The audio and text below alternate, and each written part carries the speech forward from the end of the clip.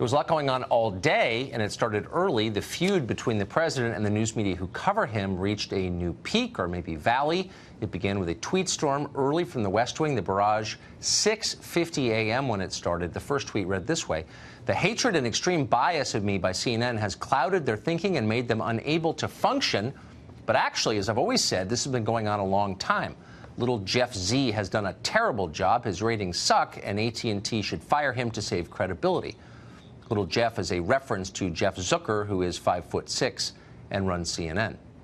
12 minutes later, the president continued this way, quote, "What's going on at CNN is happening to different degrees at other networks, with NBC News being the worst. The good news is that Andy Lackey is about to be fired for incompetence, and much worse. When Lester Holt got caught fudging my tape on Russia, they were hurt badly." In a third tweet, the president wrote that he, quote, "cannot state strongly enough how totally dishonest much of the media is. Truth doesn't matter to them. They have only their hatred and agenda. This includes fake books, which come out on me all the time, always anonymous sources, and are pure fiction. Enemy of the people." In a subsequent tweet, the president noted that CNN, quote, "is working frantically to find their source. Look hard because it doesn't exist. Whatever was left of CNN's credibility is now gone." The reference to the source, of course, is to an apparently fraudulent CNN story that claimed the president was aware of the now famous Russia lawyer meeting at Trump Tower before it took place.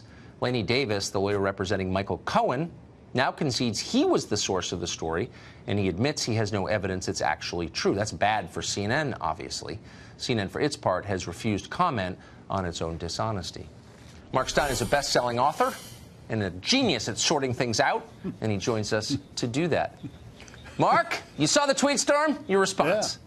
Well, I think it's always a good idea, Tucker, when the president gets the media talking about themselves. I saw Howard Kurtz earlier, and Howard's analysis makes sense in media terms, but I think out in the wider world, the reality is that the media are people loathe the media even more than politicians, and they especially loathe the media when they're talking about themselves. So if you can get Carl Bernstein talking pompously and ponderously about how he has spent whatever it is 60 years, quote, bringing the truth to light, unquote, while he's summering at Sag Harbor, which I gather is like Sag Harbor is some broken down old lobsterman's decrepit village somewhere way up the coast nobody's ever heard of. But anyway, Carl Bernstein's summering at Sag Harbor, announcing that he's bringing the truth to light. Every time you can get the media to stand on their own portentousness,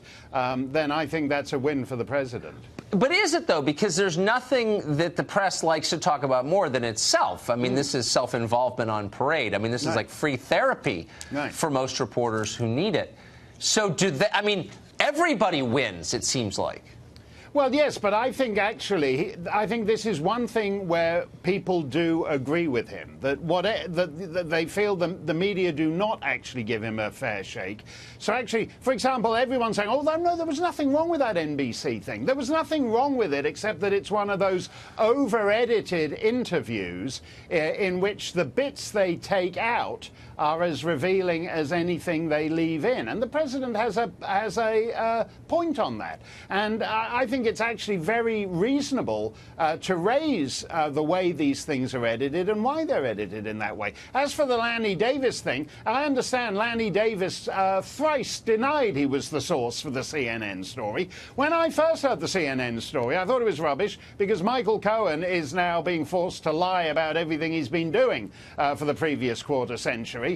So the government star witness is a liar whose deal is conditional on these new lies. So I thought Lanny Davis was just passing on his client's lies, but in fact he's lying about what the liar lied to him about that day. So it's actually, even by CNN media source standards, it's falling apart, that one. It's meta lying. So I mean, you're old enough like me to remember a time when political analysts said things like, what American voters really want is authenticity and transparency in their politics.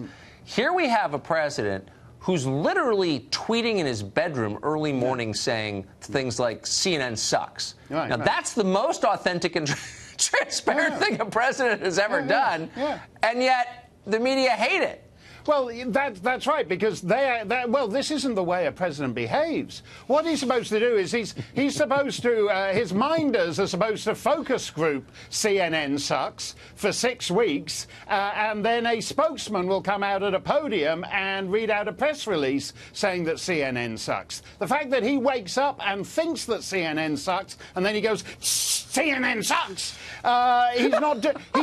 he's not doing it right, and they can't stand that. And you're right, this is actually, you can complain about a lot of things, but this is like actually being plugged into Trump's brain when he wakes up in the morning. And they can't, and after asking for unfiltered, authentic politicians who aren't in the bubble, this guy isn't in the bubble. He's out of the bubble, taking the tire iron to them, and they can't stand it. It's hilarious. I have so many mixed feelings about all this. But I will say, I agree with you. I will never again sit and listen to some pompous guy on TV say, what voters really want is authenticity. Voters may want it. The media doesn't. Mark Steyn, great to see you. Oh, as always. Thanks, Tucker. You've spent years bringing the truth to light, too. We should all talk pompously like Carl Bernstein. What a fraudulent character. Thank you, Mark. Nice.